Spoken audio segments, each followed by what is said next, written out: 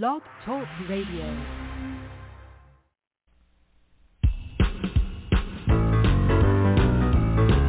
The Alan Alford Sports Talk Show. The Alan Alford Sports Talk Show. Your host is here for the show tonight to interview our special guest.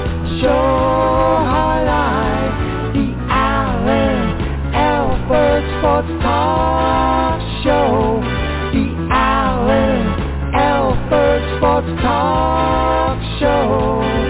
Football, basketball, baseball, hockey, soccer, boxing, tennis, golf, and racing. The Alan Alford Sports Talk Show. The Alan Alford Sports Talk Show. Tune in for all the news and scores, reporting on the games and so much more. The Alan Alford Sports Talk Show. The Alan Alford Sports Talk Show. The Alan Alford Sports Talk Show. The Alan Alford Sports Talk Show.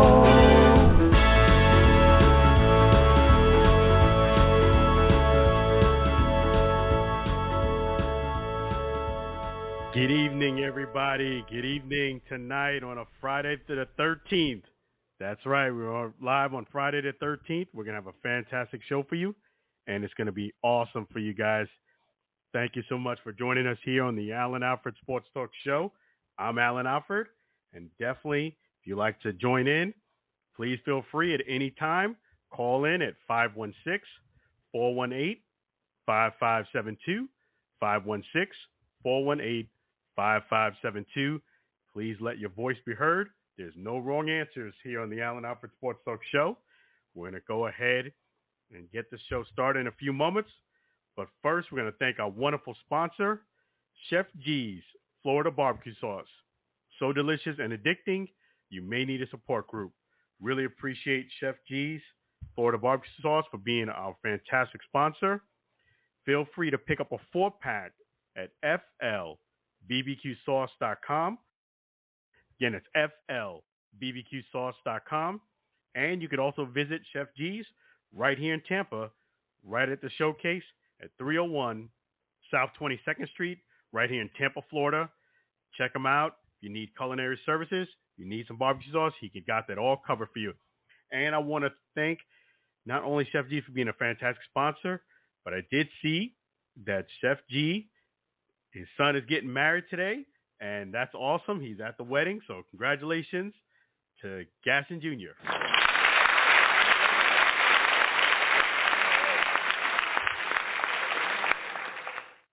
Fantastic. Well done.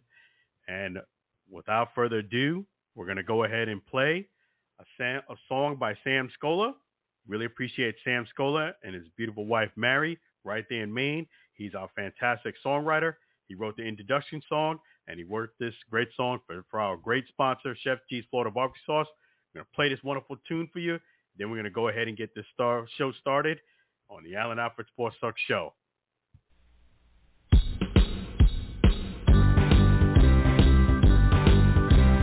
Counting for variety, Chef G's Florida Barbecue Sauce, a natural flavor. Chef G's Florida Barbecue Sauce, Florida Gold Honey Mustard on burgers and ribs, tasty fusion on pork and sausage, a classic taste for chicken steak tips, a hot heat wave on meatballs and ham.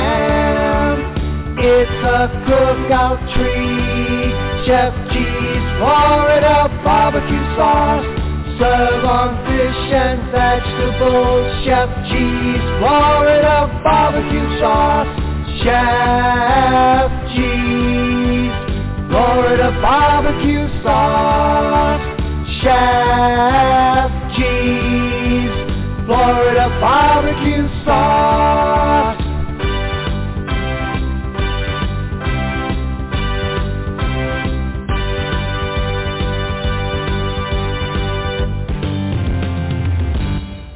There you go, Chef G's Florida barbecue sauce. So delicious and addicting. You made it a support group. Please check out Chef G's at flbbqsauce.com. And it's flbbqsauce.com. Thank you, Sam Scola. We're going to go ahead and get this party started. We're going to go ahead and bring on a fantastic caller. Hey, how you doing so far today, Lou? Okay, Alan, thanks. You're welcome. How you been? Though I will say this. The postseason is not going exactly as I thought it would. Yeah, that is definitely an understatement. You're right about that. There's definitely a lot of surprises there. What are the things that have surprised you or caught you by, something that blindsided you? I mean, the top teams, Atlanta out in this round, the Dodgers, although some thought, well, they get beat every year anyway, so that didn't matter. But, the big three, the Orioles, the Dodgers, yeah, and the Braves, all ousted. I don't get it. I mean, they dominated all season long, and then they just choked in the playoffs. What happened? You know what it is? I feel what you're saying, and I know that, first and foremost, before I give you my opinion, what are your thoughts about them having so much rest? Do you think that played a factor in these series? It can go either way. I mean, I've always thought rest versus rust. I mean, the big issue here because you got the bye and you earned the rest. So yeah, you might as well take it. But at the same time, though, I heard reports like, well, you can really mess up your rhythm by getting that week off while everybody else is there. So it kind of goes both ways. Yeah, Derek Jeter did say that, which I'm going to talk a bit more about that, expand on that, about the fact that having so much rest, it really slows you down offensively. But you've earned the rest. I mean, you were the best team in the division. But one big thing about it is I feel as if the postseason is very different than the regular season. It's almost like you can't compare the two. Once the regular season's over, that's it. It's like everybody has a clean slate. Yeah. I mean, yes, you might have home field advantage, but when it comes to performance, if you won 100 and plus games, it really doesn't matter. No, I guess it doesn't. Yeah, and I mean, I've never. Go ahead. I've never really been a believer in home advantage that much anyway. And I agree with you. The main thing I look at postseason is that everything is scrutinized, and you definitely have to make sure that you make your pitches and you play solid defense and timely hitting. Those three things. I give David Justice props on that. He said that, and that's resonated to me for years, that he said the three things that win playoff games is pitching, defense, and timely hitting. Yeah. The Phillies, I wasn't surprised that the Phillies beat the Braves. I mean, Derek Jeter said that because of the rest, he felt as if that was going to be a big concern. I do feel as if it made an impact, but I don't think it was the whole story. Nick Castellanos got hot, man. He got hot. And when you're letting up that many home runs in a series, I don't care who you're facing. I don't care who you are. If you can't match that, you have a hard time winning. I mean, he was teeing off. Yeah, it was. But I mean, I did want to get your thoughts, though, on your Jets. How do you think they're going to do this weekend? Up against the Eagles team that's unbeaten. I wouldn't think that much of a chance. They're really struggling with the Wolves this year. You think they're going to do better than they did against the Chiefs, or worse? No, worse. If we had Rodgers, maybe we have a shot, but no. Not with this quarterback. I don't think he played that bad against the Chiefs. In fact, I think he outplayed Pat Mahomes. I know that sounds crazy, but he had the handoff fumble, but to me, that you can't really chastise him just for that, because that does happen. I mean, it stinks, but I thought he played probably one of his best games. I don't think he played that. I didn't think he played that poorly. I really didn't. I thought he made some very good throws. No, but I think it was a little bit much for him. I mean, who do you think is better? This is Zach Wilson or Russell Wilson? Who do you think is better right now? I think I have to say Zach. He's gotten better at least since the nameless comments. Yeah, I think with Zach Wilson, he's one of those type of players that's going to need a bit more time. He's more of a project than I thought, meaning he needs more playing time. That's what I think. And these are going to be the growing pains. I don't think he's that bad of a quarterback. I don't know. I know that doesn't sound good, but I thought he played pretty good against the Chiefs. That's one of the top teams in the division. Okay, you had a handoff fumble. That's something you need to work on a bit more. But a handoff fumble could also be the center's fault too. It may not all be on Zach. So in all fairness, that's another reason why I can't really chastise him on that one play. And if you make one bad play throughout the game, or one or two, realistically, you had a very good game. Yes. So I don't think he's that poor. I think this is what I think. I think the Jets fans need to be a bit more supportive. I saw a clip where he was walking up the field with him and the coach, and the fans were letting him have it. And I'm like, okay, that's kind of unfair. He played a pretty good game. The best team, arguably the best team in the league, them or the Chiefs, and you could put another team in there, San Francisco, but against one of the better teams, or arguably one of the best teams in the league, he didn't play that poorly for you to be kind of like chastise him. You got to show some more support. You got to be more supportive. I think as a fan, I think you got to be more supportive. Yes. That's just my take on it. He's a young quarterback. This is what you get. I mean, he doesn't have that type of experience. The only way you get is through playing, and these are some of the growing pains you get. But I definitely think things are coming. Yeah. So your thoughts on the Dodgers? I'll structure you in one word. In big, bold, capital letters. Capital C, capital H, capital O, capital C, capital K, E, choke. Yeah, the thing is, I agree with you. It does. And the thing about them is I do think definitely between the Braves and the Phillies and the Dodgers and the Diamondbacks, I just feel as if the Dodgers, with that type of payroll and to play that flat, I agree with you. I agree. At least I felt as if the Braves. Yeah, I feel as if the Braves at least put up somewhat of a fight, being that they had so much time off when they kind of they got their feet underneath them, and that game that they won on a double play, that was awesome. Yeah. Well, if it wasn't for that spectacular catch in the seventh inning, it might have had a different outcome too. I thought another thing that could have changed the series was when Acuna told the guy to come on the pass ball, and he went halfway and came back. I think you got to trust your teammate. If he's telling you to go, you can't hesitate. You got to go. Go. Yeah, I think, yes, it would have made the game 3-2, but I think that's that momentum and that lack of trust. You can't have that in a postseason game. You just can't. Those things. No. those things could change the series.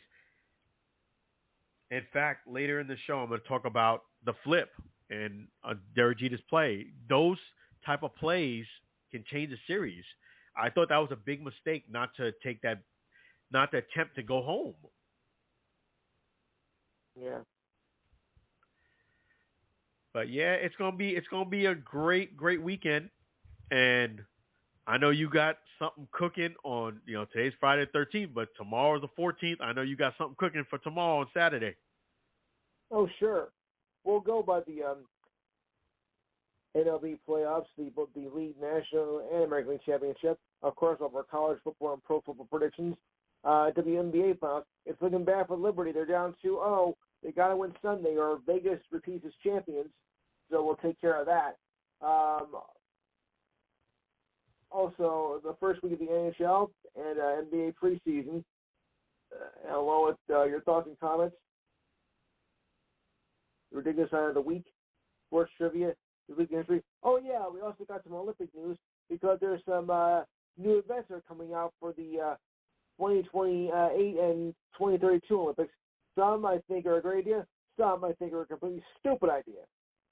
I'll explain tomorrow. Number to call is, of course, 512-543-4662. Again, 512-543-4662. Remember, that's 4 to 6 p.m. Eastern Time. There you go, folks. Make sure you check in. And Lou is on YouTube, too. Lou, the Enhanced Sports Show. You can see Lou right there. Yep. You also can 4 to 6 p.m. Eastern Standard Time Zone. That's tomorrow. Phone number again is 512-543-4662. Again, it's 512-543-4662. It's going to be an awesome time with Lou at the Enhanced Sports Show. Make sure you guys call in and support him. And I did want to say, Lou, we are celebrating my son's birthday. His birthday is on Sunday, but we're going out on Saturday. I will do my very best to call in. I will do my very best. Okay. Thanks, Alan. Oh, you're welcome. I appreciate you. Always a pleasure. That is the great Lou.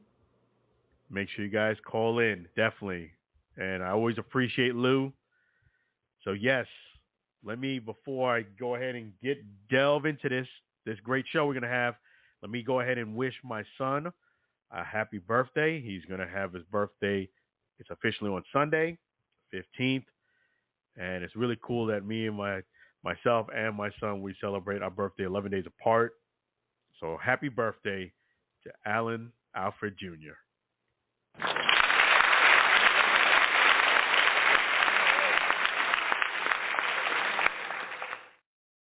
Yep, that's my boy. Love him to death. So he's going to have a great birthday. And, yeah, so we're going to go ahead and kick things off, starting about the NFL news and a lot of things to talk about. We had the big game, the San Francisco 49ers against the Cowboys. And that was a huge game because everybody thought the Cowboys would come in there to do some big things, and everybody felt as if San Francisco was going to do big things. Well, it ended out being a one-sided affair, and San Francisco just completely dominated. I mean, they were just a step ahead of the Cowboys the whole way through. It was a thorough annihilation, to say the least.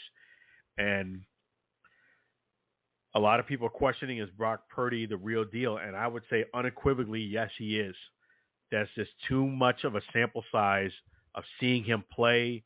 Last year, he got injured. He's coming back balling. I love what I'm seeing from Brock Purdy because the thing about it is it's not about egos or emotion. It's about winning. That's something that I came up with. It's not about egos or emotions. It's about winning. That's a quote in my book, Sailor Heart Out. The reason why I bring that up is because Brock Purdy says himself, he understands that he doesn't have the strongest arm in the league. He stays within himself, and he makes the reads and makes the throws that he needs to. He doesn't try to overpower things. He doesn't try to, get the bravado. He just makes the plays that are required, and he does it consistently. And he convincingly outplayed Dak Prescott. He didn't force anything. He didn't try to do too much. He hit the open receiver at the right time. And, man, I'm impressed with him. And what I love about him, too, I hope he continues to play hard like he's doing and stays humble. The guy roommates with somebody in San Francisco. He's smart with his money. It's expensive to live in San Francisco. I'm telling you, I visited San Francisco, which is a fantastic place for you guys to go visit. A lot of great things to see. You'll have a fantastic time in San Francisco. It was what I expected and even more. And if you want to have an apartment in big city like San Francisco, New York, or things like that, California, you're going to pay top dollar. So he does a smart thing in roommates. And Josh Sequoia, Brock Purdy is definitely authentic and the real deal. And I would even go this far as saying that it was such a great performance by Brock Purdy. It almost made you feel as if he was the guy getting those big checks over Dak. I mean, I hate to say this, but Dak is running on thin ice. He's going to have to start producing. I mean, I know he's had some stints with injuries, but you got some playmakers on your team. You got to start doing better. That's just the bottom line, man. I just feel as if this is not good if you continue to play this way. So Brock Purdy is authentic. He is the real deal. Props to Brock Purdy with everything he's doing, coming back strong from that injury.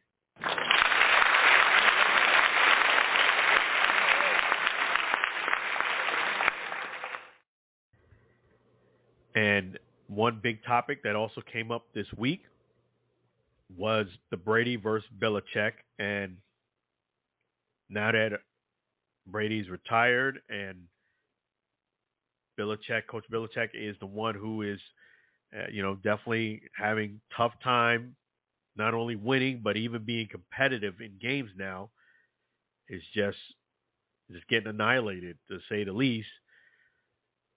I think this is a situation where Coach Belichick is gonna kind of reaping what he sowed. He didn't really appreciate Tom Brady throughout his career. Tom Brady's a GOAT for a reason. I think they both worked well together when they were doing their thing in New England. But I think the underlying thing is Brady couldn't stand him, but he did work well with him. So he just kind of let it go like that.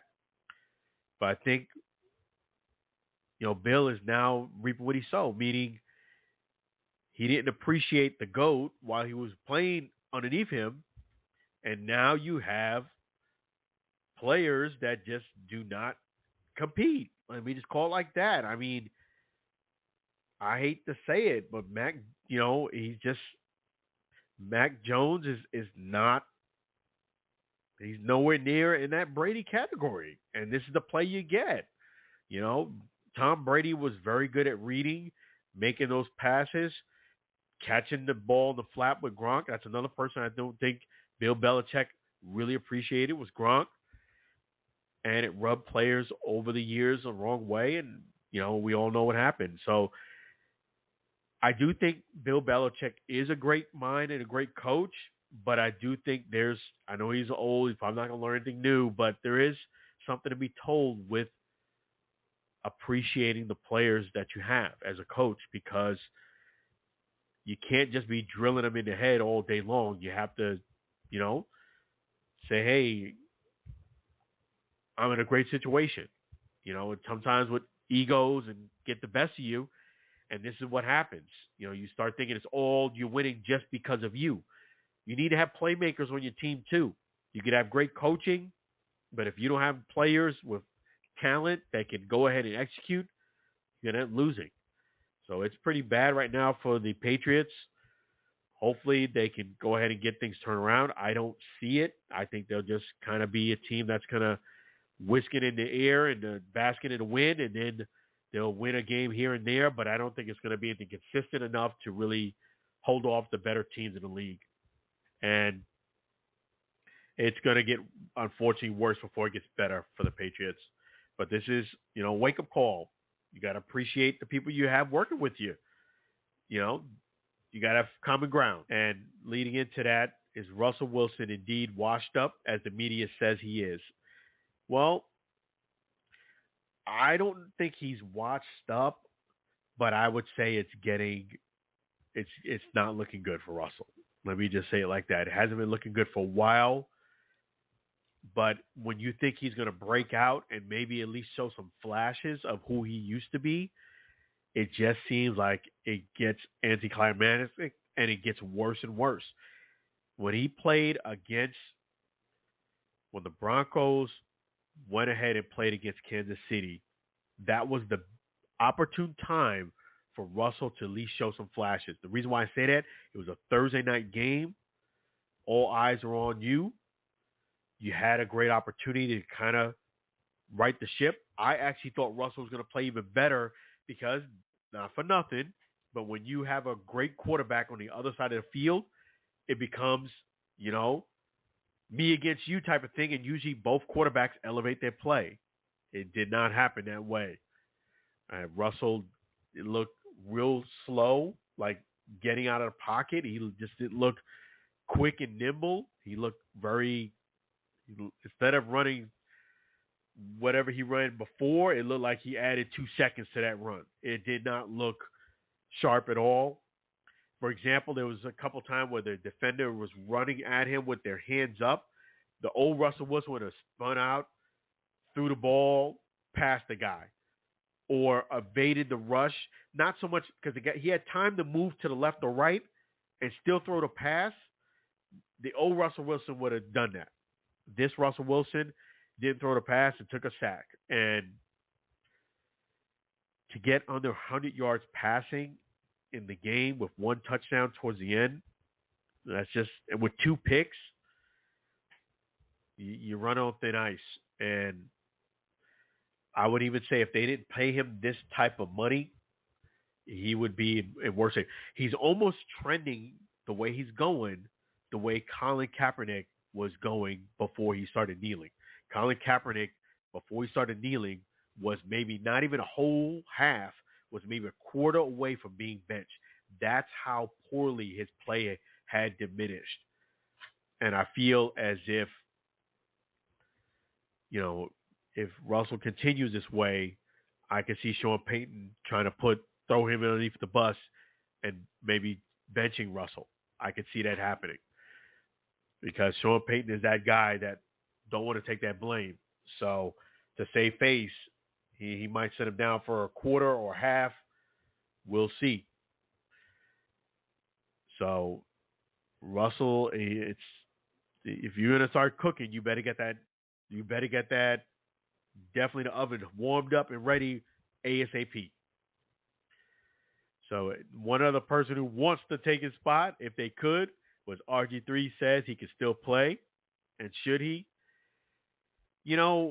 Guys who are ball players, they always feel like that. If you saw that clip in Walmart where the guy's holding the football and he's like pretending like, hey, try to knock this out. You got it tucked in, try to knock this out. He's working at Walmart. And not to say there's anything wrong with Walmart. There are guys who part-time play in Walmart, but he was not that guy. He was that guy like holding on to a dream that probably expired about 4 or 5 years ago.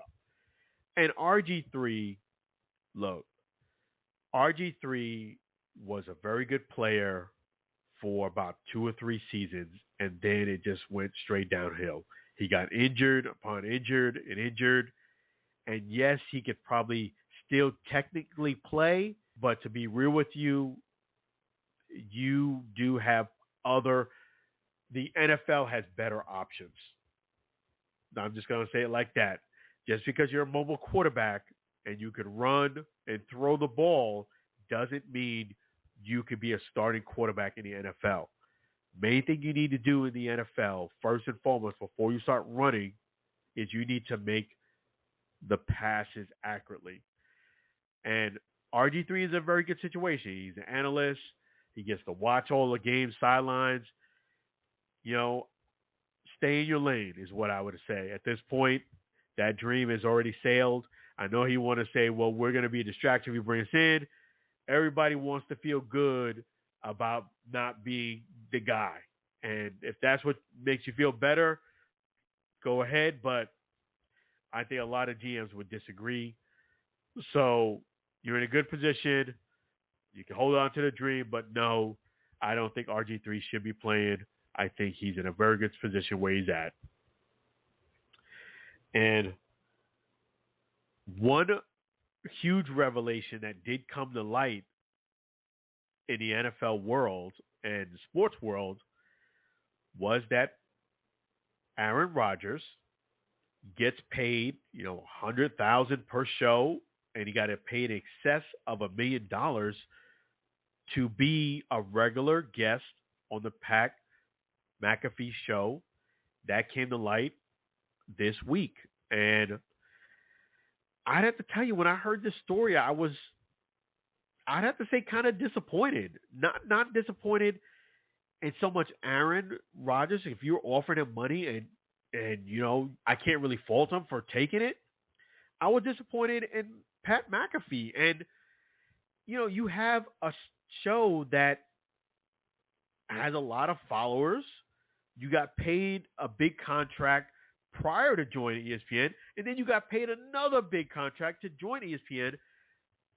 I don't see why you would have the need of paying Aaron Rodgers to be on your show. I just don't see it. Like, that just goes beyond me because, look, anytime you do an interview on a show, whether you're an athlete or not, guess what?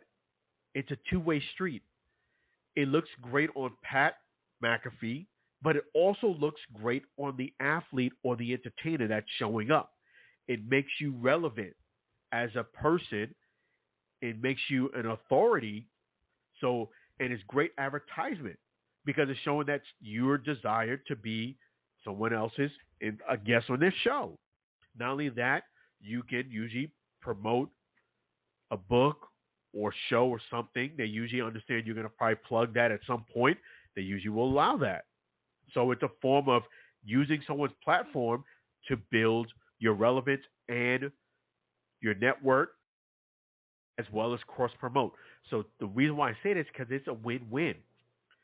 Person as well known as Pat McAfee shouldn't and doesn't need to pay someone to be on this show. If Aaron Rodgers doesn't want to do it, it's okay. Get someone else. Ask someone else to come on the show.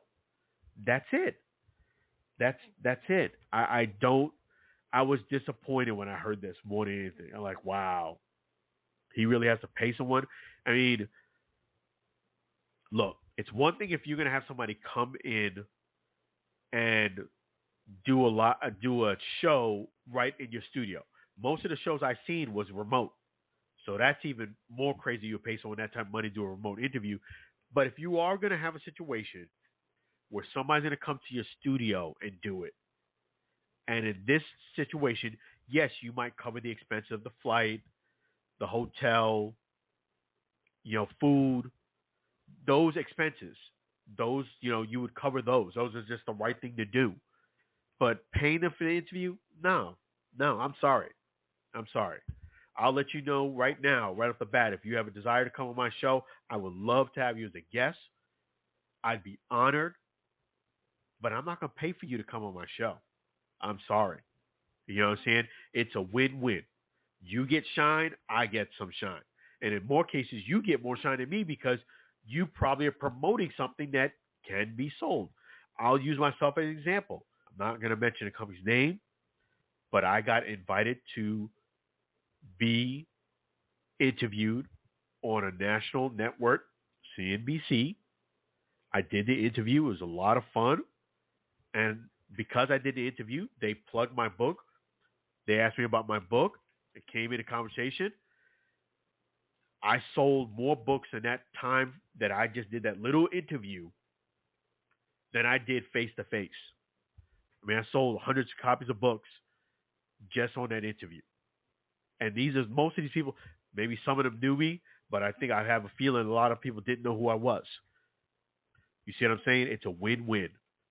So you should not have to pay someone any money to come on your show.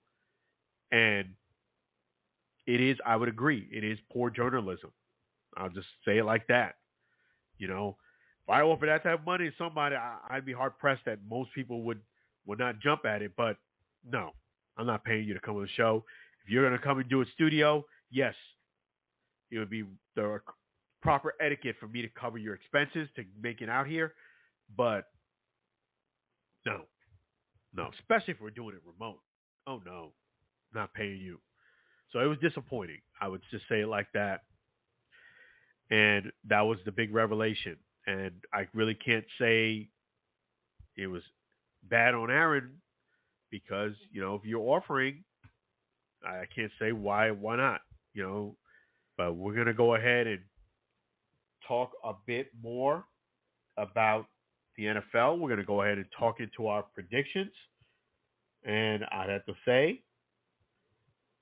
let's get into it. You know, the Chiefs, I did predict the Chiefs to beat the Broncos. There's no doubt about that. That's pretty much a give-me pick. And sure enough, they did. This weekend, the Ravens and the Titans are in London. It's always a great thing. Now, this is going to be a great game. The Titans versus the Ravens, always very good and competitive when they get together. But I do think the Titans are going to do their thing and win this game. We have here the Panthers and the Dolphins. I have the Dolphins winning that game. And I did want to say that was really cool that Tyreek Hill, what he did. For those who don't know, Tyreek scored a touchdown. When he scored the touchdown, he was trying to give his mother, who was in the stands, who was about 6-7 rows back, the football.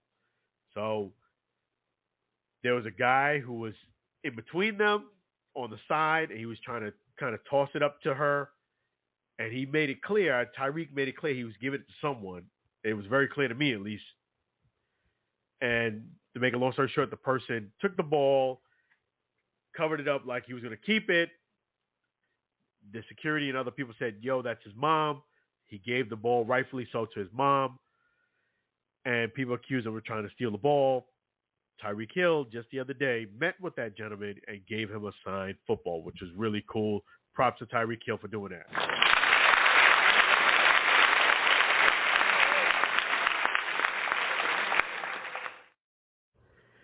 You know, my thoughts on this is this. If a football player is pointing or a baseball player is pointing to somebody in the stand that they are obviously directing where they want the ball to go, get the ball, you do the right thing and hand it to the person. He did say several times that he was not trying to take the football, but it could have been a joke. It was not well received that way. I kind of agree with Tyreek. It did look like he was having bad intention of taking it. I don't know that for a fact, but it does appear that way. And then when it came to light that, yo, this is the mom, that gentleman was not going to leave that stands with that football. I'll tell you that right now. There's going to be a lot of people who's going to stick up and try to take that ball from him. So he better been like that guy who in Walmart, that video that went viral of the guy who should have quit on his dream years ago. You know, he had to hold on to that ball and hold on to life because he wasn't going to leave with that football. So the point is, guys, if you get a ball in the stands and they're directed to someone else, make sure you give it to that kid or the girl because you never know who it might be. So I'm glad it had a happy ending. But, yeah, I kind of agree with Tyreek. It did look like he had thoughts about taking it. I'll say it like that. And reading the comments, it seemed like a lot of other people would have taken it. I mean, clearly he's directed to someone else, man. Don't be that guy. Don't be that guy. And let me go ahead and continue with the predictions. Let me do that for you right now. So we also have, besides the Dolphins beating the Panthers, we have the Texans versus the Saints. Should be a very good game. And you know what? I got the Texans coming out with a shocker and winning that game. I have the Texans coming out winning. Commanders versus the Falcons. This is almost a pick 'em, but I think the Commanders will do what they need to do to win a game. We have the Jaguars versus the Colts. I love what I saw with the Jags. They're starting to come around, start clicking. I think the Jags are going to beat the Colts. You have the Seahawks versus the Bengals. That's going to be another very, very good game. But I just think the Seahawks, I don't know. I just think that they're starting to pick up some steam, and I think the Bengals are going to go ahead and win that game. Joe Burrow seems like come back. I think he's going to follow us up with a win. We have the Vikings versus the Bears. It's another pick 'em too. I see my guy doing big things, and I think DJ Moore is going to do it. So I got the Bears winning. 49ers versus the Browns is going to be a very good game, but I definitely think the 49ers are going to win. They are a well-oiled machine. The Patriots and the Raiders, I think the Raiders are going to win that game. We have the Lions and the Bucks. This is going to be, and it's also creamsicle game too, so they're going to wear the old school creamsicle uniforms. For those who don't know, big props to the Bucks for bringing the creamsicle jerseys back.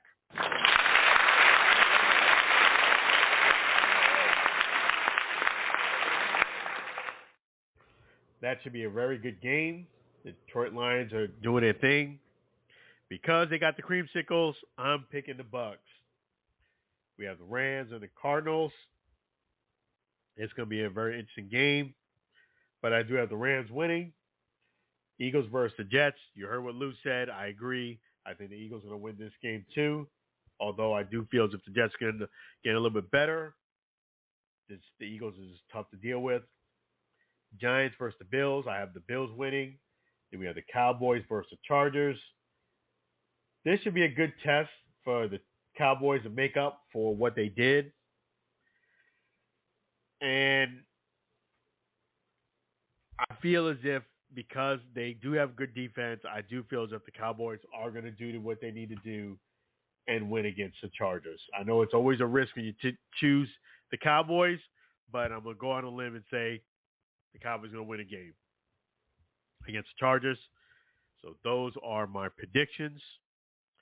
We got a lot more coming on here on the Alan Alford Sports Talk Show. So we're going to go ahead and shift gears and talk a little bit about the XFL experience, the XFL Showcase that I went to last Saturday. I have a lot to say about that. We're going to take a quick little break. We're going to play a Sam Scola song here, the sports theme song by Sam Scola. Really appreciate Sam Scola and his beautiful wife, Mary, there in Maine. If you need to go ahead and sign a fantastic artist, please reach out to me here at the Alan Alford Sports Talk Show. I'll put you in contact with Sam Scola. We will make things happen. In the meantime, we'll play a little sports theme song for you guys by Sam Scola. Take this little break, and I will be back. We got the XFL, Major League Baseball. We also have NHL and boxing. So plenty more to come on the Alan Alford Sports Talk Show. Stay tuned. Sports theme by Sam Scola.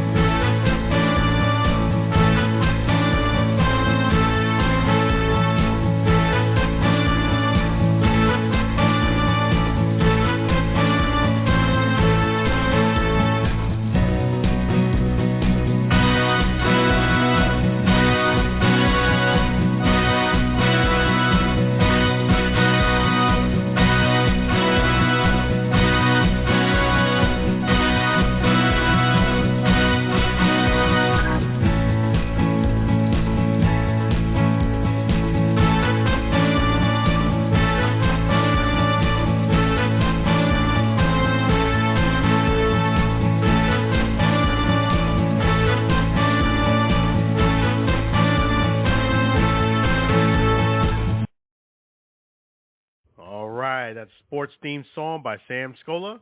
Really appreciate Sam Scola in Maine. And we're going to update you on the XFL. So I went to the very first, not the first one they've had, the very first one I was able to attend, the XFL Showcase right here in Orlando, Celebration High School. And it was Saturday morning. Let me just give you the logistics of it. There was over 300 men who came there. The cap, it was sold out. The event sold out. They had a cap of 300, and apparently there was about 314. I guess some people who, I guess they overbooked or whatever. But yes, it was over 300 guys, 150 plus for the defense, 150 plus guys for the offense, and they both was out there doing their thing. So a lot of competition, at the showcase. I will say what I observed, there was some percentage of guys that were just, for lack of better words, kind of like the Walmart clip guy I was telling you about, who should have given up on their dream about 5-6 years ago.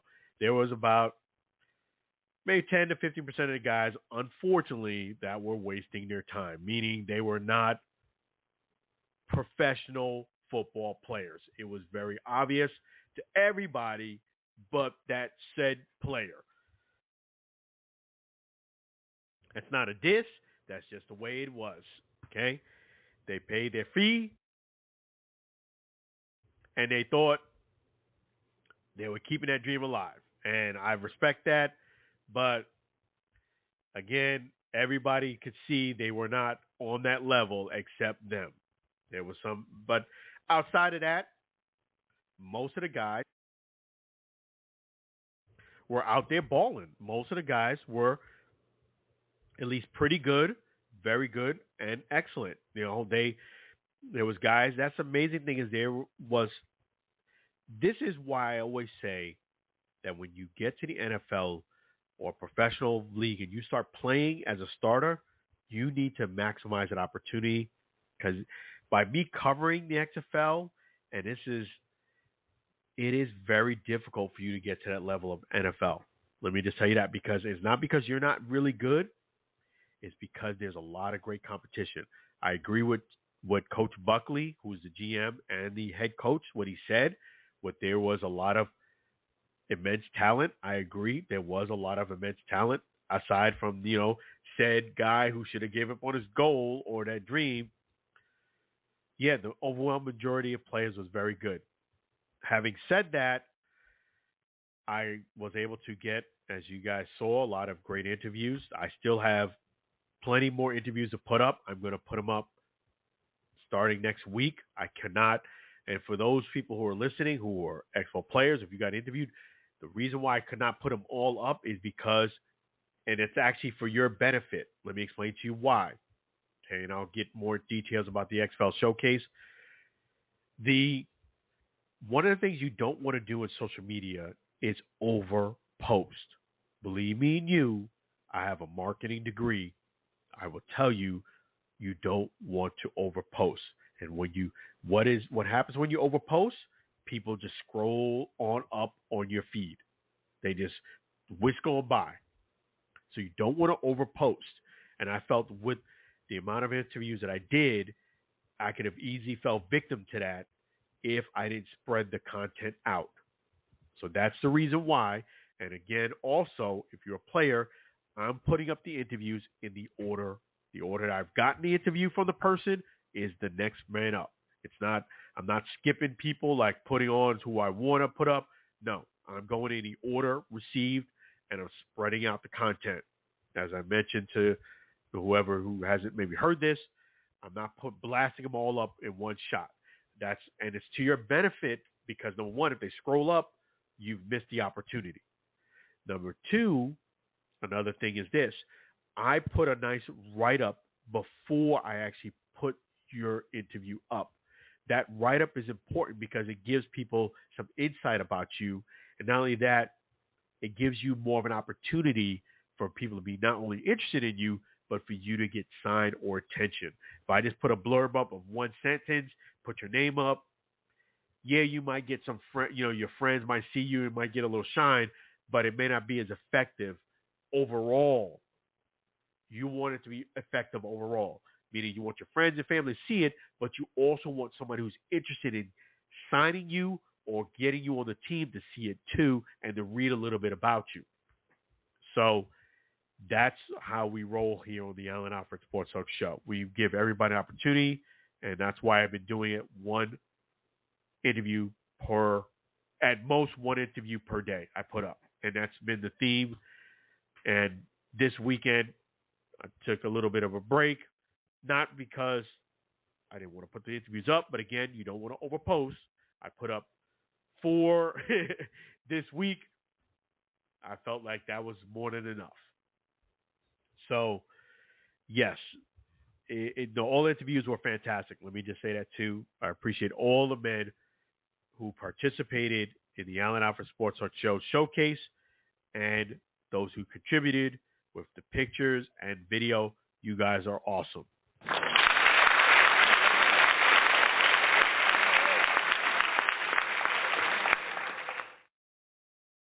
Yeah, don't overpost is the key. Don't overpost. And want to give you guys a spotlight. So the showcase, what I would say is this to some of the fellas, and if you are someone who missed a showcase and is showing up to another showcase, or you have a desire to play on maybe not football or baseball, but you're going to a tryout or a situation like this where you're going to be evaluated, here are some of my feedback. Number one, pay close attention to detail. The reason why I say it is because sometimes guys, it is, the coaches or they give you instructions, it's blah, blah, blah, blah, blah, and they want you to know or already anticipate you already know what's up. Sometimes it's not that fast that you pick it up. So pay close attention to detail. Another thing is this. You are basically advertising yourself to get a gig. Pay close attention to detail. The cameraman literally had to say about 20 times. I even took a picture of the yellow line. Do not pass the yellow line. He had to repeat that so many times that I'm like, guys, you're not listening. Believe me, people are paying attention to that too. Then he clearly said, do not walk on the track with your cleats, and also use this black path when you do walk. Some guys didn't follow that simple instruction too. So you got to make sure you pay attention to details, focus, and you got to go out there and leave it on the field. You got to do your very, very, very best. I would suggest if you're going to try out a showcase, you watch some of the videos as far as the documentary of just the showcase to give you more insight on what drills are going to be done so you can prepare well in advance. So come day of this type of showcase, you shine. You want to work on your run. You want to work on your hops, all of that. So I wish the men a lot of success this showcase and people who showed up. It's amazing that people, holding on to that dream to be an NFL player. It's the odds are against you just because of the amount of people you're competing against, but definitely I respect and admire the hustle. Somebody you could be talking to, I can interview, could end up landing on an XFL roster. And if you are, believe me, you're going to get a lot of attention. If you end up getting in a roster, start playing. So it was an awesome showcase. The last one that they're doing underneath the umbrella of XFL is this month, and that's in San Diego. Also, I will be a guest on the XFL Insider podcast show. That will be on October 24th. I will make sure I share those details. I did share, a few weeks back that I'm going to be on the show, but I'll share some more as we get a bit closer. So expect to see that. Also, when it comes to the XFL, I was not surprised that they did not answer any questions about the XFL and USFL merger. I was not surprised at all. In fact, I expected it because they're kind of, from what I understand, in a 30-day holding period where they really can't say any details because it still has to be approved. The merger, for those who don't know, still has to be approved. They still have to work out those details. So it's not a for sure thing it's going to go through.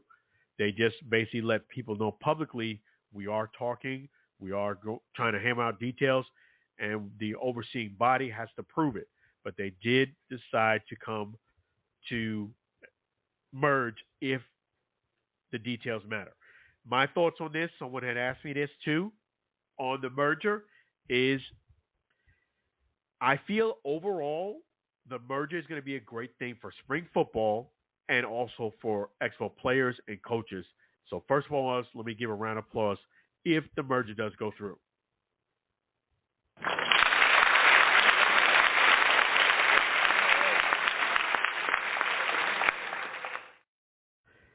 Now, as I said, details, and details matter.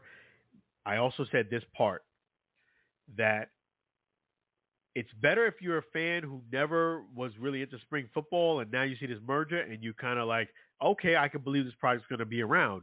You're probably going to be the fan that's going to probably enjoy this merger the most. The other person who wants their team, who's a diehard XFL or USFL fan, depending on who you are, you may not be as thrilled about this because there is going to be, from what I understand, again, this is not official, there are going to be a couple of teams that are on the chopping block. So depending on who you are, you might lose your team and or logo or something like that. So we all know the logo is going to change if they do merge because it's going to be a USFL, going to be the NSFL, National Spring Football League. So I would say, depending who you are, you may or may not be thrilled about this merger, but I think overall it's going to be a very good thing for spring football and its survival. They're right now fighting to survive, but I think merging this league builds more strength in numbers, and that will show that, hey, after the NFL finishes their thing, there is another very awesome product that you can consume, and that is going to be the NSFL League. And so we'll see what happens there. So posted on all things XFL, USFL, and National Spring Football League. So we're going to go ahead and shift gears now and talk a little bit about the Major League Baseball. But I'm going to go ahead and talk about Jeter's 22nd anniversary of the flip. That is today. Today is Jeter's 22nd anniversary of the famous play, the flip. So let me give him a round of applause.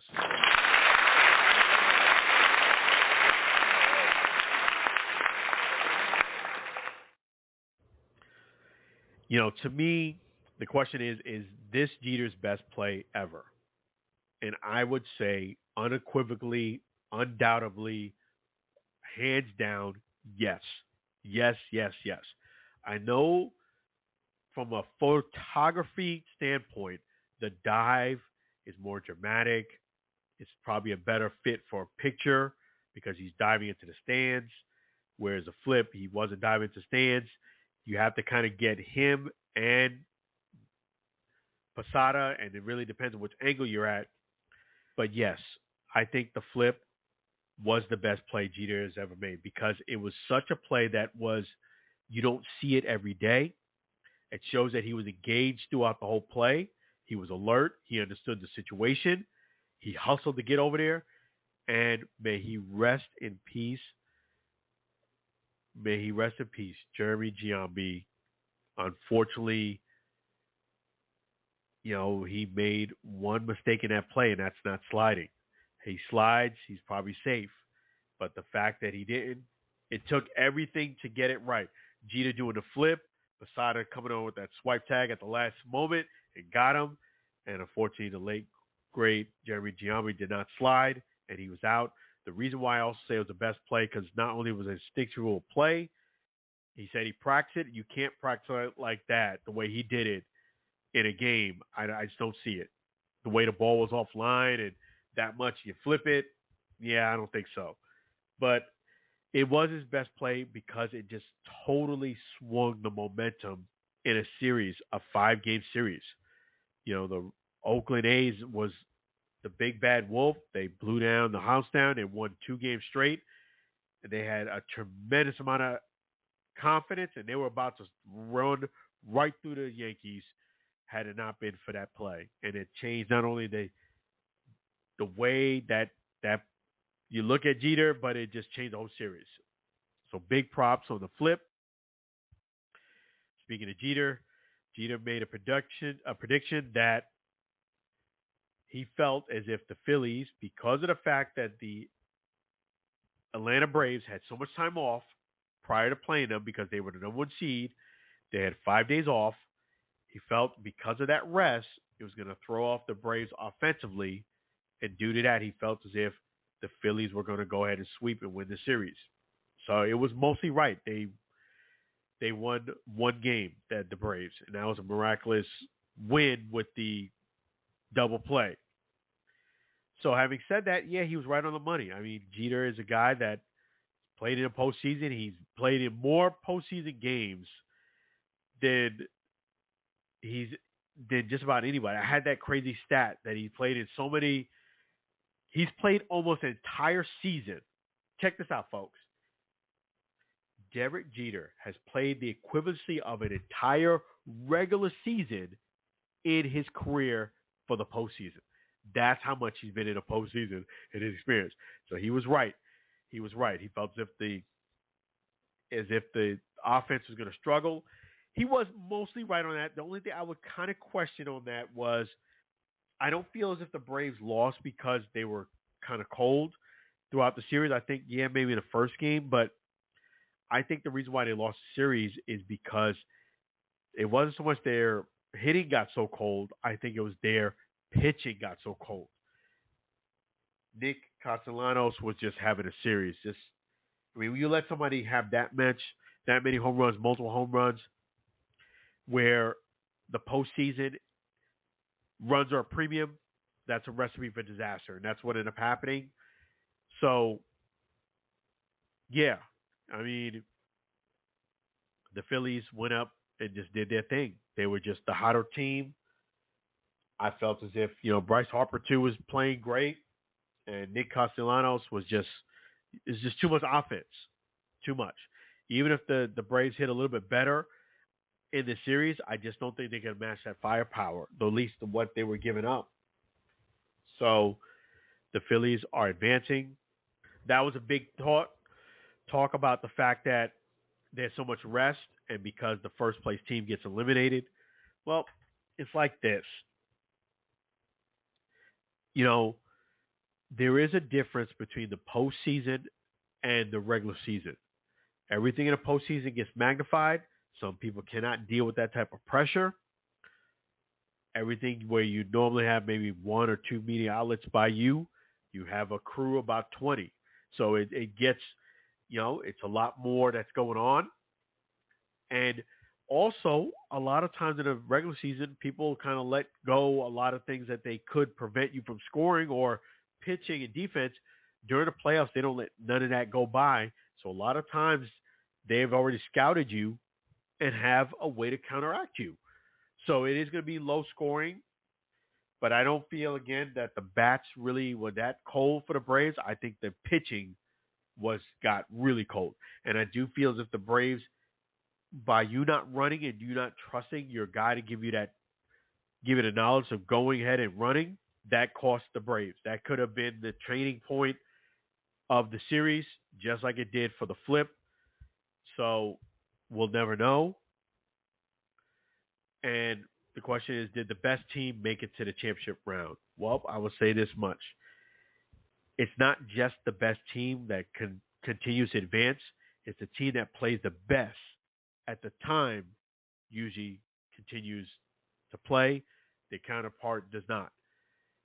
When you are playing Major League Baseball and sport like that, the main thing is, even if you had rest, to have all facets of the game. And I felt as if the Phillies showed that, and the Diamondbacks did. And it's very different, again, against regular season. Regular season, they might know what you're going to do, but they still just, all right, we'll just pitch to you. Postseason, they scrutinize everything. The chance of you getting over is very, very slim. And did the best teams make it to the championship game? championship, the ALCS and the NLCS, I would say the team that plays the best usually goes ahead and wins. So, yes, I do feel as if the Phillies deserved it, more so than the Braves based on their performance. And I also do feel as if it's not always the best team that advances. It's the team that plays the best at the time advances. And the Diamondbacks are playing very, very good, very solid football. I say that the way I feel is going to shake out, I feel as if the Astros are going to beat the Rangers. I hate to say that, but that team, they're, in a series, Dusty Baker and crew with Houston, they always are well prepared and they're ready to go. So I got Houston winning that series. And the Phillies and the Diamondbacks, I feel as if the Diamondbacks is their time. I feel as if it's their time. I have the Diamondbacks beating. Definitely, I have the Diamondbacks going ahead and passing the Phillies and beating them. But, yeah, that is my predictions. I'll keep you more up to date on more things on Major League Baseball. And we're going to take a little quick break here on the Allen Alfred Sports Talk Show. We're going to go ahead and play another great tune. Let me go ahead and do that for you. A Sam Scola tune. Let me see here. What should we play? Thank you, Sam Scola, for writing all these awesome songs. Really appreciate you. You're the best. Definitely. So what we will do is we'll play the sports theme song again on the Allen Alfred Sports Talk Show. Really appreciate Sam Scola and Mary. Let's play that tune right now.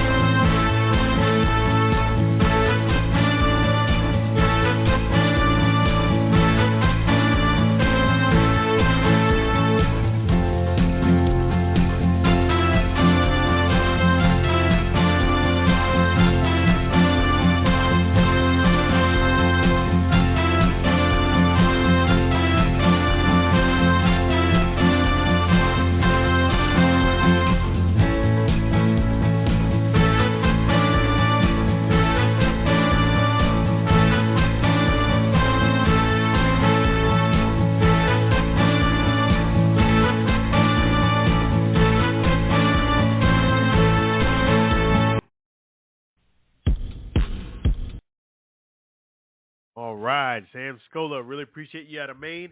Again, if you got to sign Sam Scola to that big contract, reach out to me here at the Allen Alfred Sports Talk Show. Really appreciate Sam Scola and Mary. You guys are awesome. So, yes, they had the Tampa Bay Lightning home opener, and they won their home opener 5-3 to get the season started.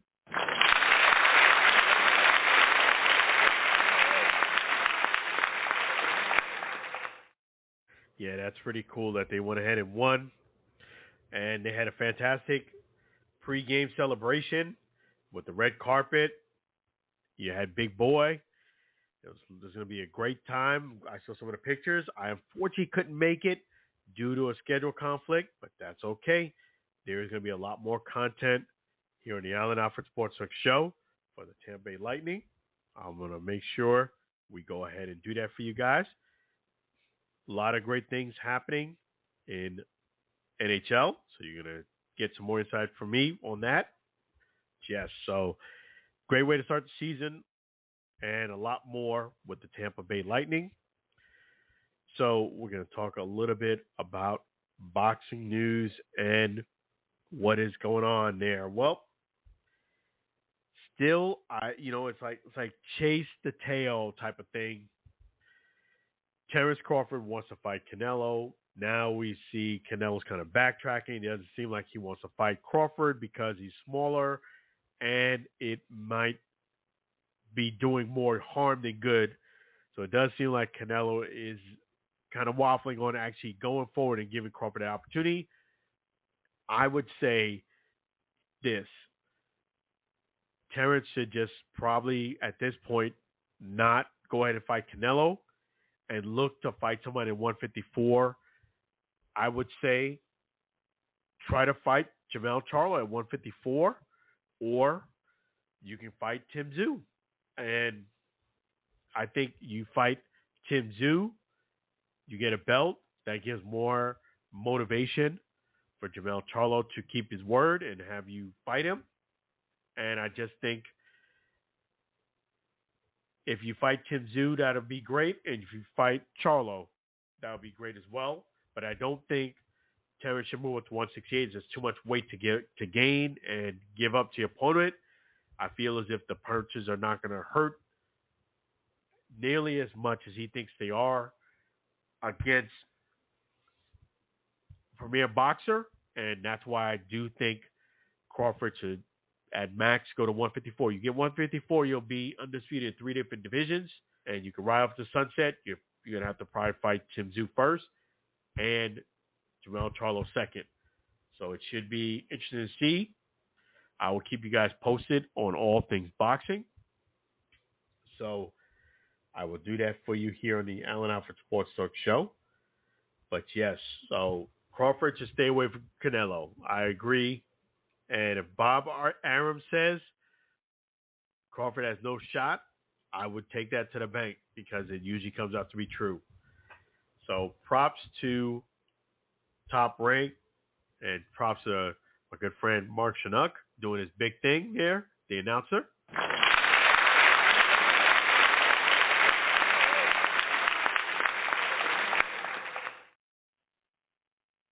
Yeah, so it's going to be fantastic. So that's wonderful. And I will just say that we're going to keep you posted on all things sports related here on the Allen Alfred Sports Talk Show.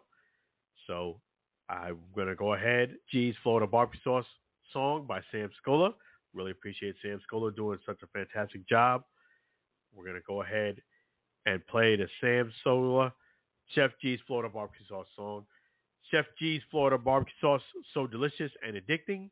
You may need a support group. So check out Chef G's Florida Barbecue Sauce at flbbqsauce.com. Again, it's flbbqsauce.com. And you can visit my great friend, Chef G's, right there at 301 South 22nd Street, Tampa, Florida. Definitely let them know the Allen Alfred Sports Talk Show sent you.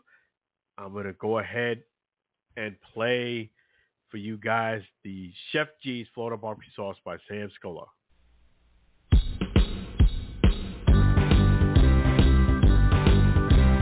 Comes in for variety, Chef G's Florida Barbecue Sauce, a natural flavor. Chef G's Florida Barbecue Sauce, Florida Gold Honey Mustard on burgers and ribs, tasty fusion on pork and sausage, a classic taste for chicken steak tips, a hot heat wave on meatballs and ham. It's a cookout treat. Chef G's Florida Barbecue Sauce, serve on fish and vegetables. Chef G's Florida Barbecue Sauce, Chef G's Florida Barbecue Sauce, Chef G's Florida Barbecue Sauce.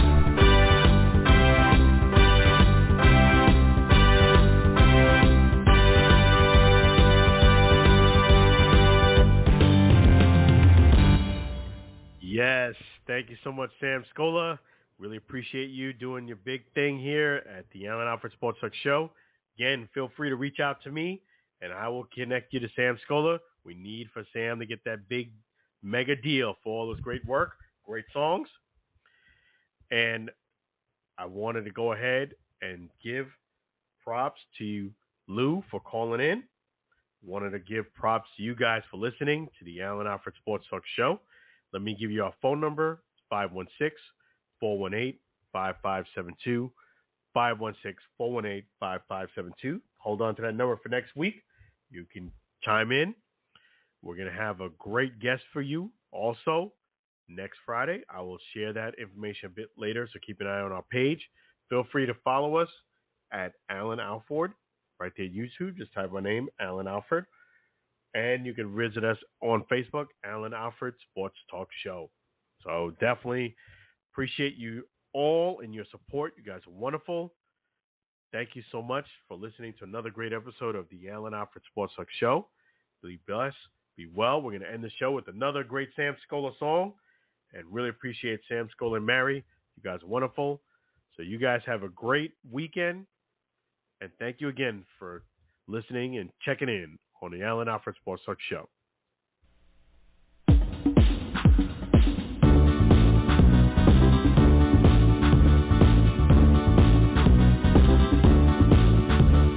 It's the end of the Spot Talk Show. Let's thank all the fans before we go. It's the end of the Spot Talk Show.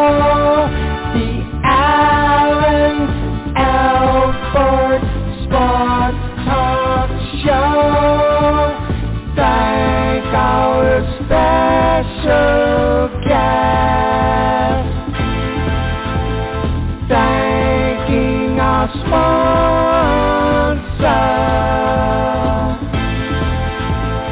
It's the end of the Sports Talk Show.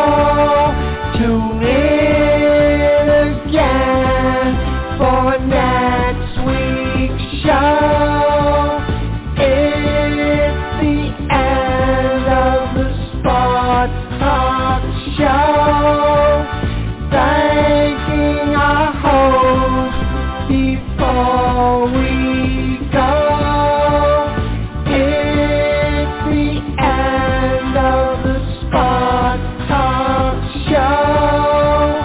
It's the end of the Sports Talk Show.